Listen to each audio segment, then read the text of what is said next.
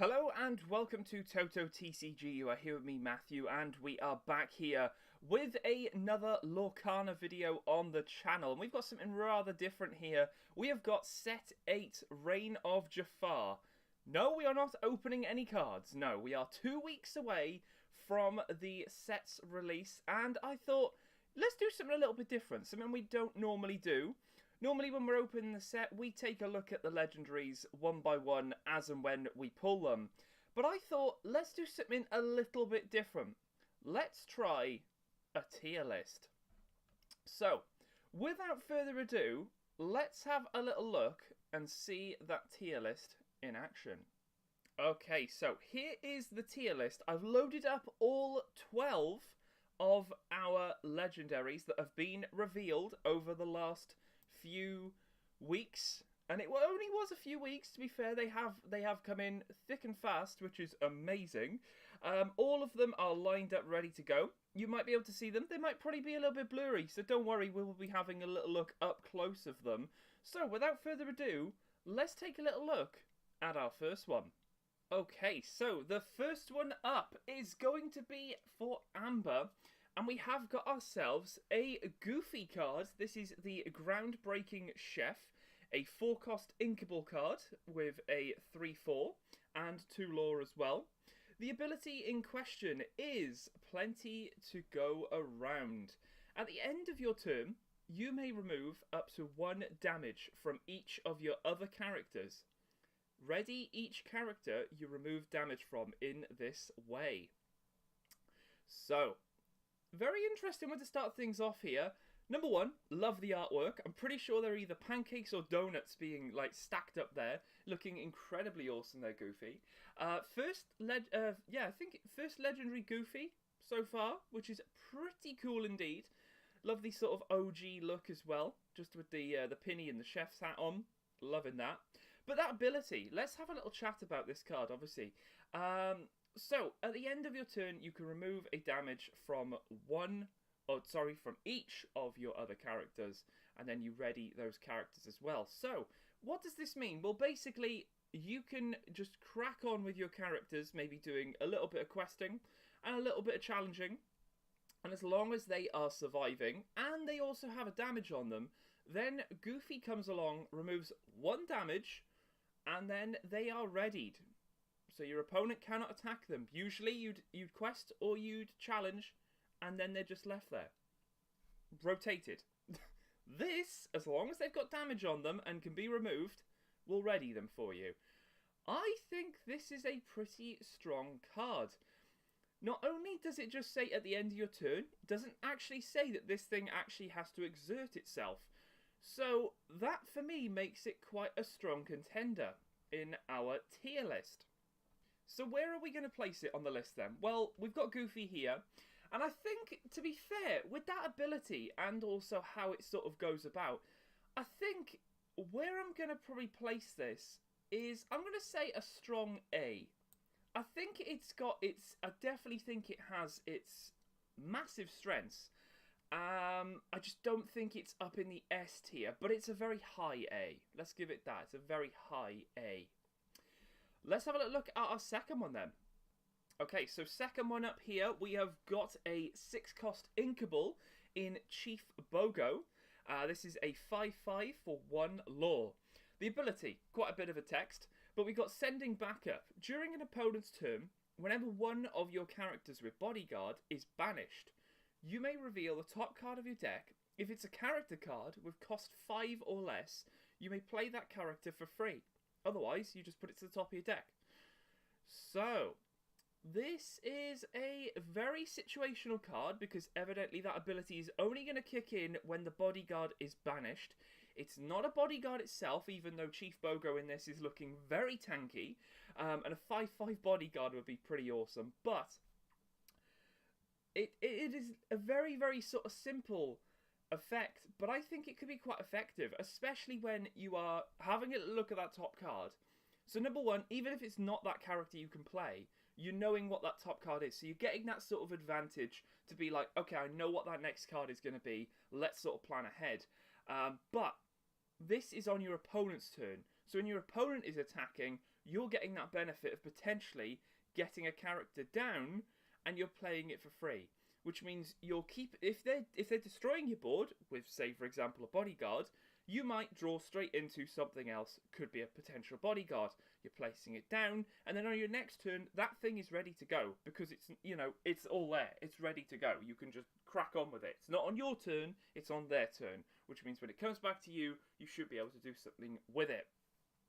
It is specifically for bodyguard. So if you don't have bodyguards in your deck, then this kind of doesn't have any synergy. For me, it's very much I use bodyguards sort of early game, and then late game they sort of, as and when they sort of happen, if I've got quite a bit of presence, I might use it just to sort of like defend what I'm doing if I'm going questing. But for a 6 cost here, I mean, number one, it is inkable. So if you do get this early game, ink it. How many are you playing? I'm not too sure, really. I think, you know, if you are going to be playing this, you want to try and make sure that ability is popping off. And a character would cost 5 or less is quite easy to do. A lot of decks will have, obviously, quite a lot of characters. But then there is the opportunity of potentially pulling other things. Thankfully, it doesn't say that you put it to the bottom of your deck, because if it was something you really need, then you don't really want to see it going to the bottom. So, in terms of the tier list, Chief Bogo, where are we going to put you? So, do we think it's in the tier of Goofy? I don't think so, but I do quite like the ability. I think it's going to be an interesting one. It's only 1 lore, but it is a 6/5/5, which makes it quite tanky for an Amber deck. I think what we're going to do is we're going to pop that in B for the time being and just see where it goes in terms of its positioning in B. So, let's take a little look into Amethyst. Okay, so our first of the Amethysts here is a 4-cost Pinocchio Strings Attached, a 0/4 for 2 lore. I quite like this card. I think it is a rather interesting one. It's definitely something I think I'm going to be utilising myself. So this has got Evasion, which you can see straight away, and then got to keep real quiet. Once during your turn, whenever you ready this character, you may draw a card. Love it. Absolutely love it. It's definitely something I think I'm going to be messing around with in my decks. Currently playing Amber Amethyst, so this is definitely something I want to experiment with. I suffer with card draw sometimes where I just sort of use everything really quickly and I'm like, oh, we're top decking. This could give me a little bit more of an advantage, especially when it's being able to ready itself and then you draw that card, obviously at the beginning of my turn. So yeah, it's a rather interesting one. I like the fact that obviously it's inkable. It is a 4, which is quite hefty, but you are getting a 0/4 evasive. I do think it may have required a little bit of damage, even if it was just 1/4. I think that's fair. Anything more, I think, is just pushing its luck. But I think a 1/4 would be pretty cool. You know, if you're going to be hitting into it as an evasive on your opponent's side, that you're going to take a little bit of damage, but not substantial. The 2 lore is I'm very happy to see that. 2 lore evasive, love it. It's 4, it's inkable. I do really like it. I think it's a very, very strong contender in this set. So in terms of the tier list, where are we going to place this? So, let's be brutally honest, it might not be for everyone, but I do quite like it. I love the evasive. I think the drawing when it's readied is very, very cool. I think we're going to probably place it in B. Evidently, things can happen where things might change, but I think for the time being, we'll pop it in B. To our next card here. This was one of the first legendaries. Might not have been the actual first, but it was definitely one of them. This is Bambi. We are getting the full lineup of some of the Bambi characters and stuff like that. This is the other Amethyst card, a 3-cost uninkable. It's a 1/1 with 3 lore, looking pretty hefty there. And I was loving this until you read these abilities. So, we have got, first one here, Say Hello. When you play this character, you gain 1 lore. Okay, so I am paying 3 to gain 1 lore. But if anyone knows Amethyst, there's a card where you can pay 2, and you will basically get 2 lore. So I'm paying 3 for 1, or 2 for 2. Yes, I'm getting a character, but this is where it gets interesting. The next one, kind of bashful. When an opponent plays a character, return this character to your hand. Yikes. I think this is the killer of this card, really. When an opponent plays a character, you just you return this character to your hand. So before you even had chance to threaten them with those 3 lore pips, they only have to pop 1 character down, and this thing goes back to your hand, and then you've got to go through the whole process of paying 3 to gain 1, to hope they don't play a character next turn, which they probably will. Or they're gonna hit this. It doesn't have evasive, it doesn't have ward, it doesn't have anything that could sort of protect itself. It's only 1 damage, which is quite easy for a lot of decks to sort of go about getting rid of. A lot of contenders to sort of get rid of this thing if the character doesn't come down on your opponent's turn. So, with that being said, let's take a look at that tier list. So in terms of Bambi here, I think I'm going to have to be ruthless. I love the card. I think the Bambi card itself looks gorgeous. But I just don't... I think those abilities really do ruin it. And unfortunately, I'm going to have to pop this in D. Yeah. I think it's going to have to go down in D for the time being. Let's have a look at Emerald. Okay, so our first for Emerald is Raya, a 6-cost Inkable, 5/5, very, very strong. 2 lore as well, and we've got 1 little ability here, Unconventional Tactics. When this character quests, you may pay 2 ink to ready another chosen character. Oh yes. This is a rather interesting one. I think this one could be a very, very strong contender. I'm loving the artwork as well. Loving that sort of scorpion tail sword almost. It's really, really awesome. The actual artwork is super stuff. Super stuff. It also gives it away when you're going to pull this if you're pulling it from the left-hand side. That as soon as you see that little extra bit of tail on the black border, you know you've got Raya. You know you have. But yeah. In terms of the card, I think this is quite a strong one. You know, you've got an interesting sort of mid-late game with a 6-cost. 5/5 is very, very strong. We've got 2 lore pips as well, so if you did want to go questing with this, you don't have to really worry about a 5/5. That's going to defend itself quite nicely. But the ability there is, it's something else. You know, it's when this character quests.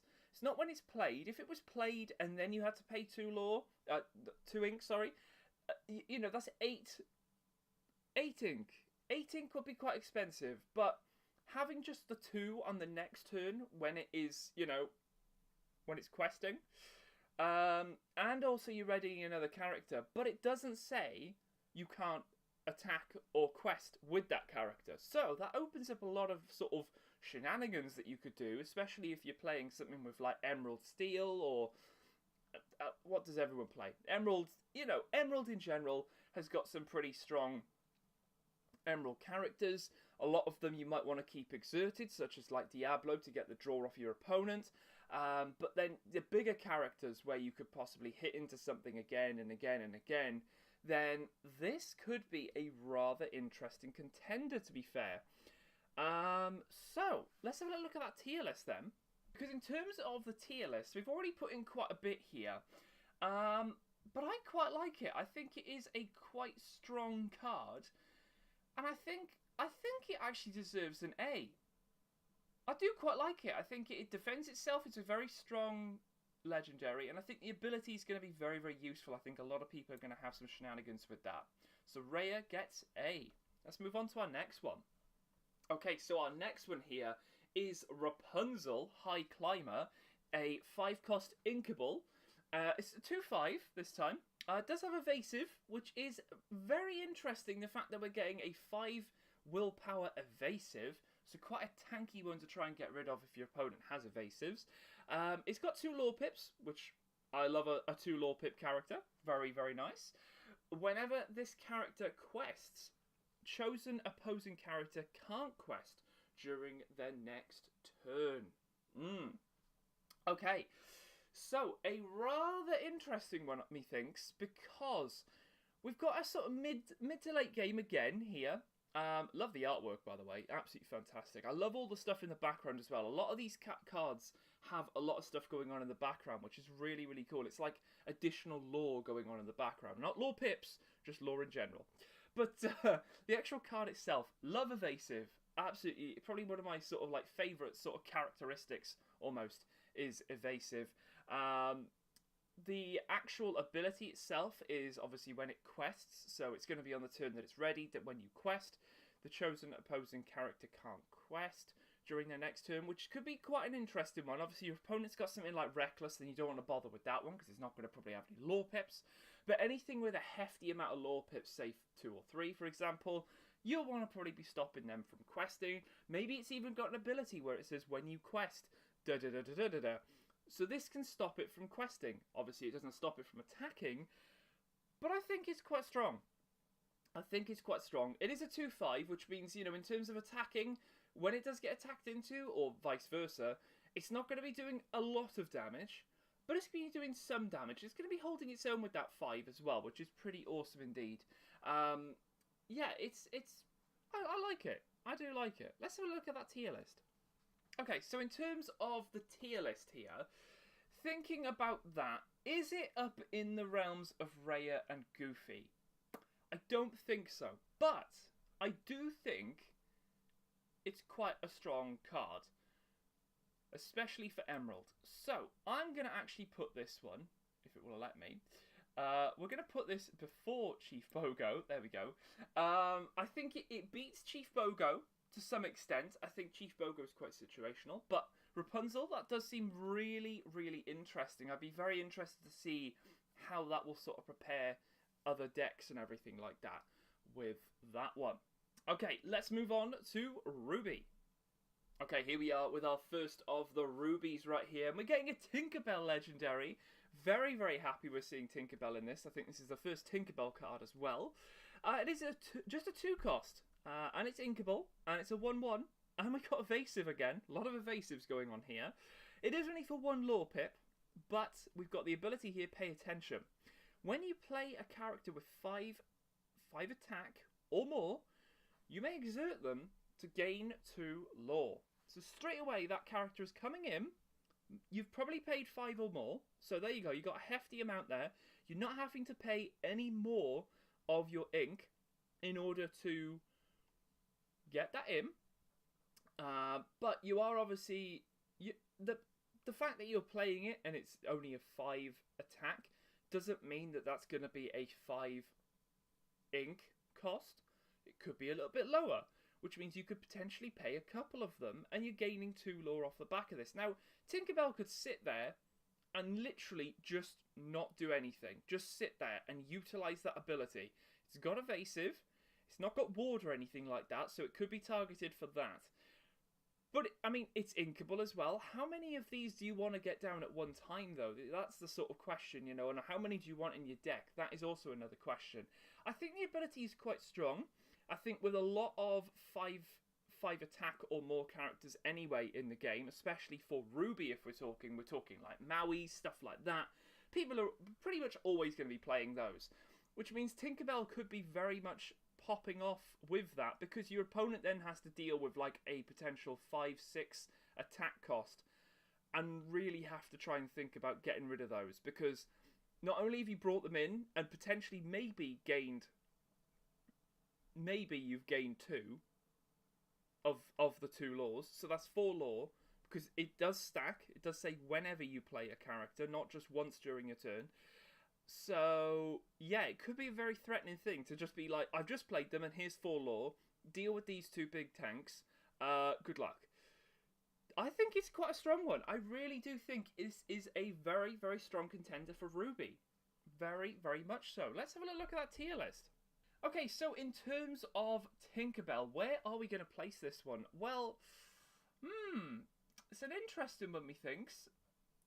But I think this could be a very strong one. I don't think it's in that S tier where it's absolutely shining out that this is like amazing. But I definitely think it deserves an A. I think it definitely is up there. Is it better than Raya or Goofy though? I don't think so. but I could be wrong. I could be wrong. Yeah, we'll leave Tinkerbell for there. We can always come back to it. But yeah, we'll put Tinkerbell in A for the time being. Let's move on to the next one. Okay, so we're super excited for this one. Absolutely super duper excited. We have got Lilo causing an uproar, and she's going about smashing those sandcastles right there. I love the fact that she's wearing a Scrump onesie. That just looks so cool. It definitely is an absolute, like, weird dream to sort of see that. Probably why it's a dream born. But yeah, that is very awesome indeed. Let's have a look at this card though. It is a 5-cost inkable. Loving the amount of inkables we're getting for legendaries, by the way. This is a very nice way of going about this. We've got a 4/4 and it is 2 lore. So what have we got for these abilities? Well, we've got Stomping Time. During your turn, if you've played 3 or more actions this turn, you may play this character for free. Very interesting. So we are getting ourselves this little ability here. So if I'm playing 3 different actions, maybe I'm playing a 1-cost, a 2-cost, and a 2-cost.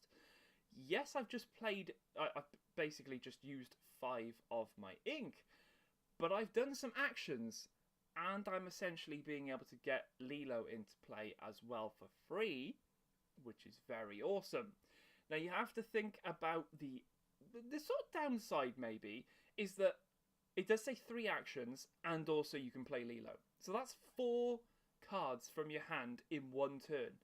Now yes, you might be able to deal with your opponent's board, congratulations, but what you're not doing is you've not got your hand sort of, topping up nicely. So if those actions, for example, do have the, draw 1 card or draw 2 cards and it does X, Y, and Z, then lovely. You're sort of charging up at the same time as like dealing with your opponent and also putting this on the board as well. So what else have we got? We've got the other ability here, Roar.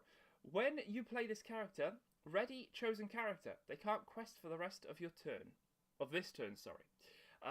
So that is a rather interesting one, because obviously when this is coming down, potentially for free, if another character is on the board and maybe they've done some shenanigans, maybe they've quested, so you've got the quest in, and then you can maybe go on a little bit of a challenge with them, especially if they're quite a hefty one.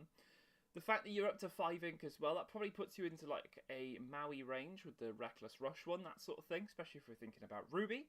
Yeah, I think this could be a very interesting one. I'd love to see people popping off with that 3 actions.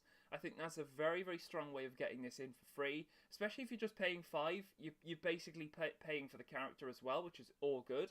5 cost on its own, yeah, okay, there's nothing like, when this comes into play. It does say when you play this character, so I'll shut my mouth there.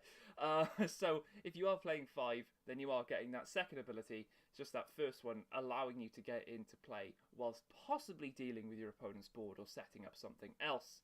But yeah, let's have a look at that tier list. So for Lilo, let's have a little think about this one. I do think it is a quite strong contender. I think I'm going to pop it in A. Again, I think both rubies are definitely up there in A tier. I think there's definitely some great extras to be had with both of those, and they definitely deserve it. Let's have a look at Sapphire now. Okay, so we have Sapphire, and I am absolutely buzzing for this card. Not only do we get Lilo as a legendary, but we also get Stitch as a legendary, which is perfect because the film will be out next week. So it makes perfect sense that they are hyping that up a little bit more. And this is a beautiful artwork, I have to say. Absolutely love this one. Not too sure where he is. There's sort of some magical symbols going on there. Might be breaking into something, but it's so Stitch. He's aggressive. He's got his little blaster. His claws are all out. It's all his forearms. He's in his little Experiment 626 suit, which is coincidentally what his actual name is on the card.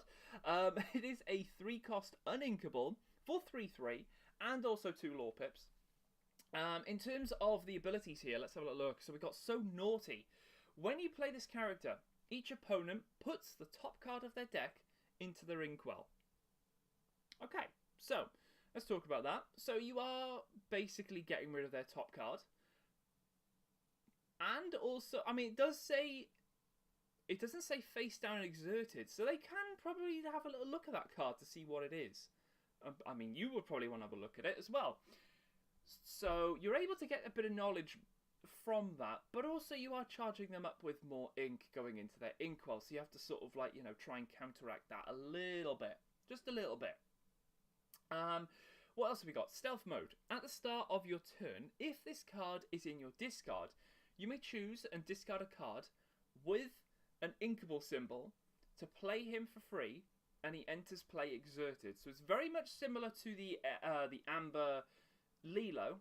We had the box set, the gift set sort of thing with that Lilo as the sort of exclusive card. That's the sort of thing I'm getting from this, but it is a little bit more different, where you have to have something that is inkable to get him back.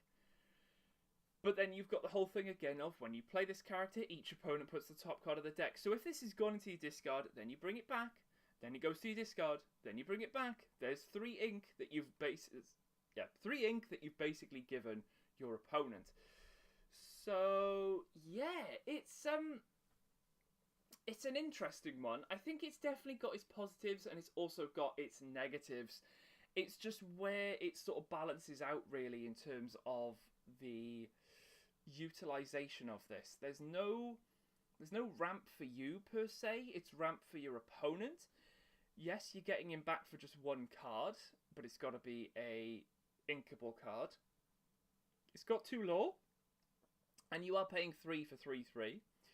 I'm really trying to hype it up as much as possible because I do love this card so much. I'd be interested to see how the community play around with this, but let's have a look at that tier list. Okay, so in terms of Stitch, I think we're going to have to be very, very realistic here. I think for me, the fact that it is giving your opponent that additional ink, you are getting the knowledge of what it is, because it doesn't say face down exerted. I think I'm going to put it in C. And I'm willing to be proven wrong by that, but I am going to put Stitch in C. I just don't see it in that B, A tier. Definitely not in S. I just think a C. It's not D tier like Bambi, but it's got its positives, it's got its negatives, that sort of thing. Anyway, let's take a little look at the next Sapphire. Okay, so next one we have here is Ratigan, Greedy Genius, and what a glorious looking card this is. An 8-cost inkable, 6/7, pretty hefty. Loving all the jewels, loving the fact that his little tail as well sort of swirls around and covers up those numbers as well. That's a real cool little aesthetic. Love when it sort of pops out the borders, makes it more 3-dimensional. But yeah, very cool. So the artwork, definite tick. In terms of the other bits here, it does have Ward, which is very interesting to see from a very tanky character here in Ratigan. 4 lore pips. Okay. We got the ability here, time runs out. At the end of your turn, if you didn't put any cards into your inkwell this turn, banish this character. I mean, if that's all you've got to be worried about in terms of putting something in your inkwell, this thing's going to be absolutely fine. I think this is going to be an absolutely fine card to play. If you're playing Sapphire anyway, you're probably going to be ramping a little bit, depending on your playstyle. But you're probably going to be ramping quite a bit, which means that this 8 cost could potentially come down and really put some big hurt on your opponent, especially for that 6/7. My goodness me. It's got Ward as well, which means it can't be targeted with any sort of, let's say for example, Steel Songs that sort of like choose a character. Anything that obviously spreads damage would potentially be able to get through on this. The fact that it's also 4 lore as well, I'm interested to sort of think, am I attacking with this? Am I going to be questing with this? It's a very interesting card. I think it could be a very strong contender for Sapphire. Not too sure how many you play in your deck. Maybe about 2 or 3 potentially, because it is inkable. It's an 8-cost inkable, which means that, you know, early game, you're inking this. You're just inking it. There's no point keeping this in your hand. But I do quite like it. I think it's a strong card. not just for that attack and willpower, but also for the lore pips. The ability is like, I think a lot of people are like, look at that and go, yeah, that never happens to me. Yeah, we're always inking. Everything's fine. Yes, okay, you run the risk of if you can't ink, then this thing is gone. Yeah, I do quite like it, to be fair. I think this is a very, very awesome card. Let's have a look at that tier list. Okay, so in terms of the tier list here, where are we going to be placing Ratagun? I think this is a very, very strong contender to almost touch S. For me, anyway. But I am going to give it the highest A. I think the highest A makes sense. It's definitely up there. I could potentially put it in S, but I'm not going to. But I'm willing to be proven wrong. Yeah, we'll leave it at that. Let's move on to Steel.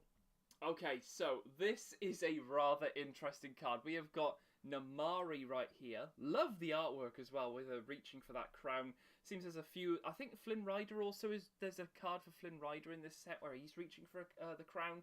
Then there's also Namari. So very interesting. It seems like, you know, there's almost that defeat of Jafar in the cards, or maybe some sort of shenanigans happen with it. Maybe. Anyway, enough about the artwork. Let's talk about the card. It is a 5-cost inkable yet again. It's a 0/5, and you're thinking, oh, 0/5, okay. Wait, just wait. Let's have a look at those abilities. Of course, it is 2 lore pip as well. The abilities here, we've got Strategic Edge. When you play this character, and at the start of your turn, you may draw a card, and you choose and discard a card. Pretty standard for Steel. There's a lot of cards that will say that. So, a lot of Steel players will be very much used to drawing that card and discarding something you just don't need. Lovely. Okay, so stuff's going my discard. This is where it gets spicy. Extreme Focus. This character gets +1 attack for each card in your discard. This card is going to be absolutely devastating, methinks. Bearing in mind that it says each card in your discard as well. Not just character cards, everything. And if you're playing Steel and you're playing Songs, you're going to be having a very hefty Namari joining you on the board. Very, very hefty indeed. It does only have the 5 willpower, which means if you are going to be using this to sort of like really deal some damage, you've just got to be very, very mindful of that 5. But if you are maybe playing Steel Song, you might be running like the healing Rapunzel, which means that as you're doing the damage, you could potentially heal for a fair amount, because it is 5. But I just really want to see it where my opponent has maybe they are playing something like Steel Amethyst, and maybe they're doing like the Jafar deck where you're playing a whole new world, and this thing is just sat there going, yeah, go on, keep going, keep going. And there's like 21 cards sat in the discard pile, and you're just there going, get ready for this. 1, 2, 3, 4, 5, 6, 7, 21. 21 damage. Something crazy like that. I just want to see it. I think Namari is incredibly strong. I think the 2 lore pips are there. Lovely stuff. But those abilities, they synergize so well. And that bottom one is just, it's just so devastating. And as much as I am not the biggest fan of Steel, when you know a card is good, you know a card is good. And I really believe this card is an absolute corker. Namari is very, very strong. So, let's have a look at that tier list. It's probably no surprise where this is going to go. It's probably no surprise. I have got nothing really bad to say about this card. I really don't. The artwork pops, the abilities pop. It gets itself all ready from that 0/5. It's going in S. Easy. It's going in S. Let's finish off. Let's have a look at this last Steel. Okay, so the last Steel and the last legendary from this set is Mickey Mouse Giant Mouse. This is such a great card. A massive Mickey is taken over this almost like castle fortress, and he's just destroying a building in the background with the back of his heel of his foot. Everything is going mad. I love how it's sort of the OG looking Mickey as well, with the sort of red pants and the yellow shoes, and obviously the white gloves. So it is a very hefty character here. It is a 10 cost uninkable, but it is a 10-10, 10 attack, 10 willpower. It's got bodyguard. Wow. 5 lore pips as well. We've got that magical little 5 as well. And the ability here, the biggest star ever. When this character is banished, you deal 5 damage to each opposing character. Wow. Wow. Okay. So, not only is this thing a bodyguard, but when your opponent has to deal with this, because it's going to be questing for 5. For me, if I'm playing this, the only way I'm playing this is I'm going to play it, and I'm going to potentially just put it straight into bodyguard, because the more damage I put on this thing, the more likely I am to trigger that second ability there.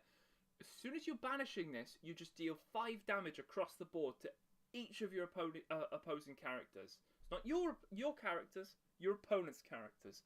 Potentially they've got 4, 5 maybe on the board. It's late game, it's going to be a 10 cost.